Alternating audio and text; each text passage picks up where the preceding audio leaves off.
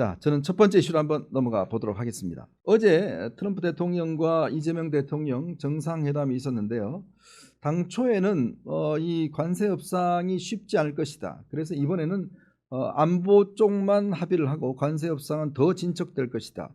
다음에 할 것이다. 라는 전망이 있었습니다. 근데 깜짝 발표를 했습니다. 어제 한미 정상회담이 끝나고 난 다음에 트럼프 대통령이 만찬 때 합의했다 라는 발표를 했고, 어제 외신들이 일제히 타전하기 시작했습니다. 어제 우리 정부와 미국 정부가 일단 이 관세 부분에 대한 협상을 타결했고, 또 안보 분야에 대한 것도 어제 타결을 했습니다. 자, 제가 말씀을 드리면 아주 길어지니까요. 오늘은 핵심적으로 이 안보 분야 중에서 핵 잠수함 문제를 우선 말씀을 드리겠습니다.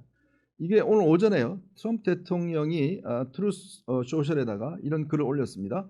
나는 한국이 현재 보유한 구식이고 기동성 떨어지는 디젤 잠수함 대신 핵 추진 잠수함을 건조할 수 있도록 승인했다 라는 발표를 했고요. 그 다음에 곧이어서 또 글을 올려서 이 미국의 필리 조선소라고 있습니다. 여기 하나오션이 인수를 했습니다. 이 필리 조선소에서 바로 이 핵 잠수함을 건조하게 될 것이다 라는 또 이야기가 있었습니다. 즉 우리 하나오션이 인수를 한 이 필리 조선소에서 대한민국의 1호 핵 잠수함이 건조될 것이다 라는 거였습니다. 사실 이 어제 핵 잠수함 문제는 이재명 대통령이 어제 정상회담 모두 발언에서 그 이야기를 했습니다. 이 핵 잠수함을 만들어서 북한이나 중국 쪽 잠수함을 추적 활동에 제한이 있다. 현재 디젤 잠수함으로는 핵 추진 잠수함의 연료를 우리가 공급받을 수 있도록 결단해 달라라고 트럼프 대통령이 공개 요청을 했습니다. 사실요, 이 모두 발언에서 이렇게 이야기를 한다는 것은 물밑에서 합의가 됐다는 이야기죠. 합의가 다 끝났다는 이야기입니다. 그렇기 때문에 이제 모두 발언을 통해서 공개적으로 이야기를 한 겁니다. 자, 그래서 이제 핵 잠수함 문제가 그동안 우리의 수건 사업이었는데 이루어진 것 같습니다.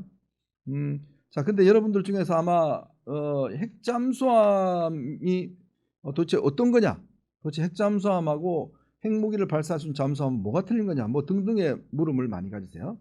제가 이걸 간단하게 설명을 드리면, 핵 잠수함은 좀 더 엄격하게 이야기하면 핵 추진 잠수함이 있고요. 그 다음에 핵무기를 탑재한 핵 잠수함이 있습니다. 즉 핵무기를 탑재한 핵 잠수함은 SSBN이라고 이야기를 합니다. SSBN이라고 이야기를 하고요. 그 다음에 핵 추진 잠수함은 SSN이라고 이야기를 합니다. 이게 굉장히 큰 차이가 있는 게 뭐냐면, 이 추진 잠수함 같은 경우는 이거는 NPT 즉 핵확산 금지 조약에 해당이 되지 않습니다. 왜냐하면 핵무기가 아니기 때문에요. 이거는 그 발전 동력을 핵 발전으로 한다는 것 이외에는 없기 때문에 NPT에 포함이 안 되기 때문에 우리가 가질 수가 있습니다. 근데 SSBN은 우리가 가질 수가 없습니다. 우리가 지금 NPT 조약 즉 핵확산 금지 조약에 가입되어 있기 때문에 SSBN은 핵무기 미사일 즉 핵미사일을 그 잠수함에 탑재를 하는 거예요. 그는 지금 우리가 가질 수가 없습니다. 그래서 이번에 우리가 가지는 것은 재래식 무기 즉 재래식 미사일을 탑재한 핵 추진 잠수함, 이걸 SSN을 가진다는 그런 의미로 이해를 하시면 될 것 같습니다. 그래서 이제 우리나라 같은 경우는 이 지금 현재 최근에 장영실함이 최근에 건조가 돼서 이제 최근에 이제 이 출항식을 했는데요. 장영실함 같은 경우에 3,600톤급입니다. 600톤급이고 여기가 굉장히 큰 잠수함입니다. 근데 이게 디젤 엔진으로 가는 거예요. 디젤은 가는 거기 때문에 굉장히 한계가 있습니다. 자, 이게 제가 일단 좀 이 구분의 설명을 드리면, 왜 그러면 핵 잠수함이 필요할까라는 질문들을 많이 하시는데요. 우리가 디젤 잠수함이라고 하는 것은 디젤 엔진을 돌려서 축전기가 있습니다. 즉 전기를 모아두는 축전기가 있어요. 이 축전기로 발전 동력을 삼아서 잠수함을 갑니다. 잠수함은요, 조용한 게 중요하거든요. 바다 밑에 있으면 소나라는 걸 통해서 어떤 잠수함의 위치를 추적해서 초계함이나 그다음에 이런 걸 통해서 파괴할 수 있기 때문에 잠수함은 조용히 가야 됩니다. 그러려면 전기자동차 여러분 보시면 조용하잖아요. 마찬가지로 이 축전기를 이용하기 때문에 프로펠러 소리만 조용하게 납니다. 그래서 이 디젤 잠수함이 있는 것이고요. 근데 이제 디젤 잠수함의 결정적인 문제는 뭐냐면, 이게 안에서 이제 디젤 발전기를 돌리다 보면 이 가스가 쌓이잖아요. 산소 공급이 안 됩니다. 그래서 보통 디젤 잠수함 같은 경우는 하루에 한 2차례 정도 상승을 합니다. 바다 위로 상승을 해서 산소를 공급받고 다시 밑으로 내려가는. 근데 요즘은 기술이 발전해서 한 2주 정도는 바다 밑에 있을 수 있다고 그래요. 그 정도 기술은 발전이 됐다고 합니다. 2주 정도는 있지만 문제는 이게 오랫동안 바다 밑에 못 지낸다는 거죠. 그리고 이게 디젤 엔진을 돌리려면 산소가 필요하거든요. 그러면 축전기 같은 경우는 한 10시간 정도 자망 정도 한대요. 그러면 막 추적을 하다가 10시간 뒤면 떠올라야 됩니다. 바로 이 떠오를 때가 이 스노클링이라고 그랬는데 이게 제일 취약점입니다. 잠수함은. 왜냐하면 딱 떠오르는 순간 바로 초계함이라든지 이런 것들이 바로 잠수함을 포착을 해서 어뢰로 때려버리는 거죠. 그래서 이때가 가장 이 잠수함의 가장 취약점입니다. 그래서 디젤 잠수함은 우리나라도 지금 많이 보유하고 있습니다만 결정적인 한계는 바로 이 자망 시간이 적다는 거죠. 그래서 추적이라든지 이런 것들을 제대로 할 수 없다는 게 이제 결정적인 한계로 지적되고 있습니다. 근데 최근에 이 북한이 핵잠수함을 가지겠다, 건조하고 있다라고 발표를 했지 않습니까? 거기다가 이 핵잠수함을 가지고 있는 나라가 미국, 영국, 프랑스, 인도, 중국 요 정도 가지고 있습니다. 근데 중국이 핵잠수함을 제가 알기로 한 10대 정도 가지고 있어요. 그러면 지금 서해라든 이런 데 지금 중국이 뭘 많이 하지 않습니까? 그럼 중국 같은 경우는 핵잠수함을 통해서 핵잠수함은요, 한번 자망을 하면 6개월까지 있을 수 있습니다. 이론적으로는 계속 있을 수 있지만 실제로는 한 6개월 정도 안 떠오르고 계속 바다 밑에 있을 수 있습니다. 그러면 여러분 생각해 보십시오. 6개월 동안 바다 밑에서 계속 돌아다니는 거하고 하루에 2번씩 올라갔다 내려갔다 하는 거고 경쟁이 되겠습니까? 게임이 안 되는 거예요. 자, 그러니 이제 이 수중 작전에 있어서만큼은 핵잠수함이 필수적입니다. 그러면 우리가 중국에 대항하기 위해서는 핵잠수함이 있어야 계속 밑에 있으면서 중국 측의 움직임을 관측하고 또 타격할 수가 있는 거죠. 그래서 이제 이재명 대통령이 사실 요 부분에 굉장히 예민합니다. 11월 1일 날 우리가 한중 정상회담이 있는데 아마 중국 측이 굉장히 요 부분에 대해서는 좀 어필을 할 것 같아요. 중국 측을 겨냥해서 핵잠수함이 필요하다라는 이야기를 했지 않습니까? 그렇게 되면 중국 측에서도 상당히 반발하겠죠. 우리가 사드 때문에 중국이 지금까지 지금 뭐 한한령을 하고 있지 않습니까? 마찬가지로 우리가 중국을 겨냥해서 하고 있다. 근데 우리도 할 말이 있죠. 당신들 기본적으로 북한을 왜 통제 못하냐? 북한은 그러면 핵잠수함 만드는데 우리는 가만히 있으라는 거냐? 이렇게 우리는 항변할 수가 있죠. 북한은 저렇게 미사일까지 만드는데 우리는 뭐 사드 없으면 되냐? 라는 마찬가지로 이제 그런 문제를 해서 우리가 중국 측을 뭔가 겨냥을 해서 좀 대응을 할 수 있는 그런 여지는 될 것 같습니다. 그래서 우리는 그동안 우리 해군에서 이 핵잠수함을 가지자는 파워, 핵잠수함 필요 없다. 이지스함, 즉 배 위에 떠 있는 이게 중요하다. 왜냐하면 지금 이지스함 같은 경우는 레이더가 있습니다. 이지스함에는 적의 미사일에 대해서 탐지할 수 있는 능력이 있는 게 바로 이지스함입니다. 이 방패 같은 게 있거든요. 이 배 보시면 앞쪽에 방패, 이 육각형 방패가 있습니다. 이게 이제 레이더입니다. 그러면 적이 미사일을 발사하면 바로 이지스함에서 캐치를 해서 이제 우리가 SM-3 미사일이나 이런 걸 통해서 요격을 하는 이런 시스템이거든요. 근데 해군에도 이제 두 파가 있습니다. 이 바다 위파와 바다 밑파가 있습니다. 그래서 이 바다 밑파 같은 경우는 핵잠수함 필요하다는 거고, 근데 핵잠수함은 유지 비용이나 건조 비용이 하나에 지금 핵잠수함 하려면 1조 한 5천억 정도 들 겁니다. 또 이 핵 연료를 갈아줘야 되거든요. 이것도 꽤 돈이 듭니다. 또 이지스함 그러면 이게 국방비가 한정이 돼 있는데 문제는 어디에다가 예산을 투입할 거냐 문제 때문에 항상 이게 군 내에서 다툼이 있어요.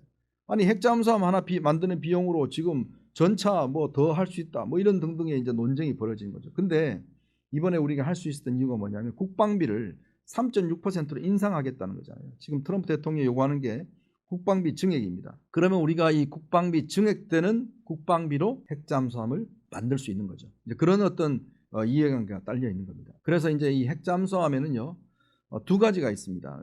핵잠수함을 만들더라도 HEU와 LEU라는 거 두 가지 나눠집니다. 즉 고농축 우라늄을 쓰는 핵잠수함이 있습니다. 이 고농축 우라늄은 농축률이 한 90% 이상 되는 건데 이거 바로 핵무기로 쓸 수 있는 겁니다. 이 고농축 HEU를 쓰게 되면 지금 미국이나 영국이 가지고 있는 게 바로 HEU입니다. 보통 이거 쓰게 되면요 수명이 한 30년 정도 됩니다. 연료 교환 시점이 최대 한 30년 정도 쓸 수 있어요. 근데 이제 LEU 즉 농축률이 20% 떨어지는 게 있습니다. 그거는 이게 자주 갈아줘야 돼요. 한 7년 정도 쓸 수 있습니다. 그래서 쓸 수 있는데 이 LEU 같은 경우는 지금 프랑스나 이런 데서 쓰고 있는 게 이제 LEU를 쓰고 있어요. 지금 미국이나 영국은 HU를 쓰고 있는 거고, 이게 이제 또 뭐가 연결되냐면 우라늄을 농축하는 이 기술, 이게 지금 우리가 한미 원자력 협정에 따라서 우리나라는요 이 농축 기술을 할 수가 없습니다. 농축을 할 수가 없어요. 일본은 20% 이하는 스스로 농축할 수가 있습니다. 근데 우리는 할 수가 없어요. 그러니까 이번에 이제 아마 우리 정부에서는 요거와 함께 한미 원자력 협정도 좀 개정을 해서 핵연료봉을 쓰지 않습니까? 핵연료봉 쓰고 나면 사용 후 이 핵연료봉을 이거를 이제 여러 가지 화학 작용으로 해서 여기서 농축을 시켜서 여기서 플루토늄을 뽑아내는 이런 이제 기술이 있어요. 요걸 우리는 지금 하지 못합니다. 이거는 미국이 막고 있습니다. 막고 있어 못하는데, 앞으로 우리가 개정을 할 방향은 요거까지도 이제 앞으로 추진하는 것. 요걸 이제 이번에 합의를 했다는 거죠. 이제 앞으로 이야기하기로. 그래서 우리가 지금 앞으로 보유하게 될 핵잠수함은 HEU인가 LEU인가, 요건 아직 뭐 결정이 안 된 것 같습니다. 근데 우리는 HEU를 해야 한 30년은 쓸 수가 있고, LEU를 할 경우는 계속 원료를 미국으로부터 제공을 받아야 되죠. 이제 그런 어떤 문제는 있습니다. 그래서 어느 건 될지 모르겠지만, 근데 참 이게요, 우리나라가 이 핵추진 잠수함에 대한 꿈은 참 오래됐습니다. 원래 우리나라는 잠수함이 없었어요. 그러다가 박정희 대통령 시절에 처음으로 이 작은 잠수함을 이제 건조하게 됩니다. 우리도 잠수함이 필요하다는 이유로 당시에 이제 잠수함을 가지게 되는데, 1973년에 자주적 군사력 건설, 여기 이제 이런 취지하에서 처음으로 이제 잠수함을 가지게 됩니다.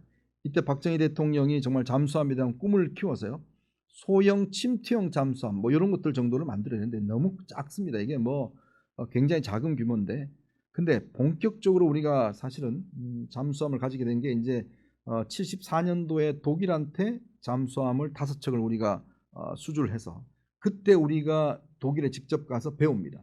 배워서 이 기술자들이 들어와서 우리 스스로 이제 잠수함을 계속 건조를 해서 지금은 3,600톤급까지 이제 우리 기술로, 이 처음에 만든 데가요 바로 대우해양조선입니다. 잠수함을 우리나라에 처음 만든 데가 대우예요. 그래서 일설에 그런 게 있습니다. 바다 위에 가는 거는 HD 현대 중공업이 세계 최고고, 바다 밑으로 가는 거는 대우해양조선, 지금 하나오션, 이게 최고다라는 게 있습니다. 하나오션이 그만큼 기술적으로 예전부터 잠수함을 잘 만드는 걸로 뭐 정평이 나 있습니다. 자, 그래서 이번에 이제 잠수함을 만드는 건데, 이게요 노무현 대통령 시절에 처음으로 우리가 이 핵잠수함, 그때부터 정말 야 이거 지금 중국이 저러고 있고 우리가 있는데 핵잠수함이 필요하다, 이런 것 때문에 노무현 대통령이 당시에 은밀하게 핵잠수함을 가지는 프로젝트를 시행합니다. 바로 이게 362 프로젝트라고 합니다. 왜 362냐? 이 계획이 처음으로 된 게 뭐냐면 2003년 6월 2일 날 기존의 디젤 잠수함을 가지던 것을 핵잠수함으로 전략을 바꾸는 날이 바로 이 2003년 6월 2일입니다. 그래서 362라는 프로젝트 비밀명 핵잠수함 사업이 시작됩니다. 그래서 이 핵잠수함 사업이 당시 해군 중심으로 해서 되고, 당시에 이제 우리 원자력 연구소 등등에서 이거를 시작을 했는데, 참 이게 저도 언론에 있지만 이게 2004년 1월 달에 언론에 보도가 되어버립니다. 6개월 만 보도가 되는 바람에 완전히 계획이 다 물거품이 되어버렸습니다. 왜냐하면 핵잠수함 문제는 우리 혼자 할 수 없거든요. 미국에 보고를 해야 되는데, 우리가 사실 미국 몰래 이 작전을 벌이다가 결국 언론 보도를 통해서 이 계획이 발설이 되면서 결국 다 무산됐습니다. 다 팀들 해체해버리고, 그러면서 우리가 또 IAEA한테 또 뭐 사찰받게 되고 여러 가지 하여튼 조치, 즉 박정희 대통령 때 우리가 핵무기를 만들려고 그러다가 미국한테 딱 찍혀서 그때부터 뭐 굉장히 어려웠잖아요. 마찬가지로 노무현 대통령 때 바로 이 핵잠수함을 가지는 362 프로젝트를 하다가 결국 들켜버리는 바람에 결국 좌절이 됐습니다. 결국 이제 지금 세계적인 동향은 핵잠수함 시대입니다. 왜냐하면 세계가 이제 우리 상선이나 이런 것들이 나가게 되면 우리의 항로라든지 이런 것들을 보장해 줄 수 있는 게 바로 잠수함이에요. 잠수함이 이렇게 가면서 해상의 어떤 이 안전을 확보하고 또 우리의 어떤 상선들을 지켜낼 수 있는 거, 이게 굉장히 중요합니다. 근데 만약 우리가 핵잠을 가지고 있다 그러면 세계, 지금 제가 말씀드렸죠, 미국, 영국, 프랑스, 그다음에 이제 인도, 중국, 그다음에 호주가 가지고 있습니다.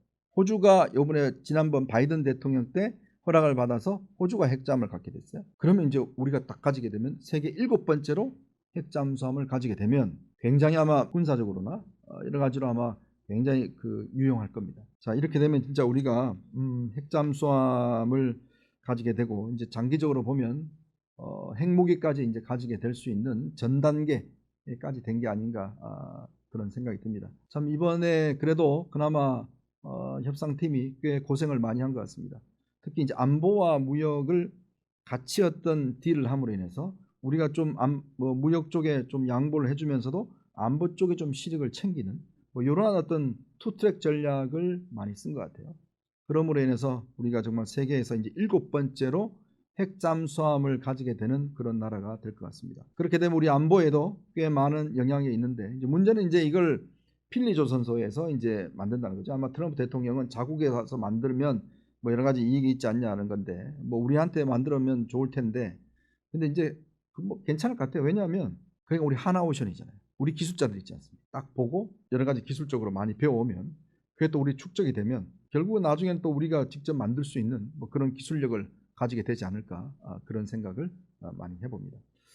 자, 어쨌건 이제 그나마 그래도 이 답답한 10월 달이었는데 이런 소식이 있어서 꽤 그래도 좀 좋은 계기는 된 것 같습니다.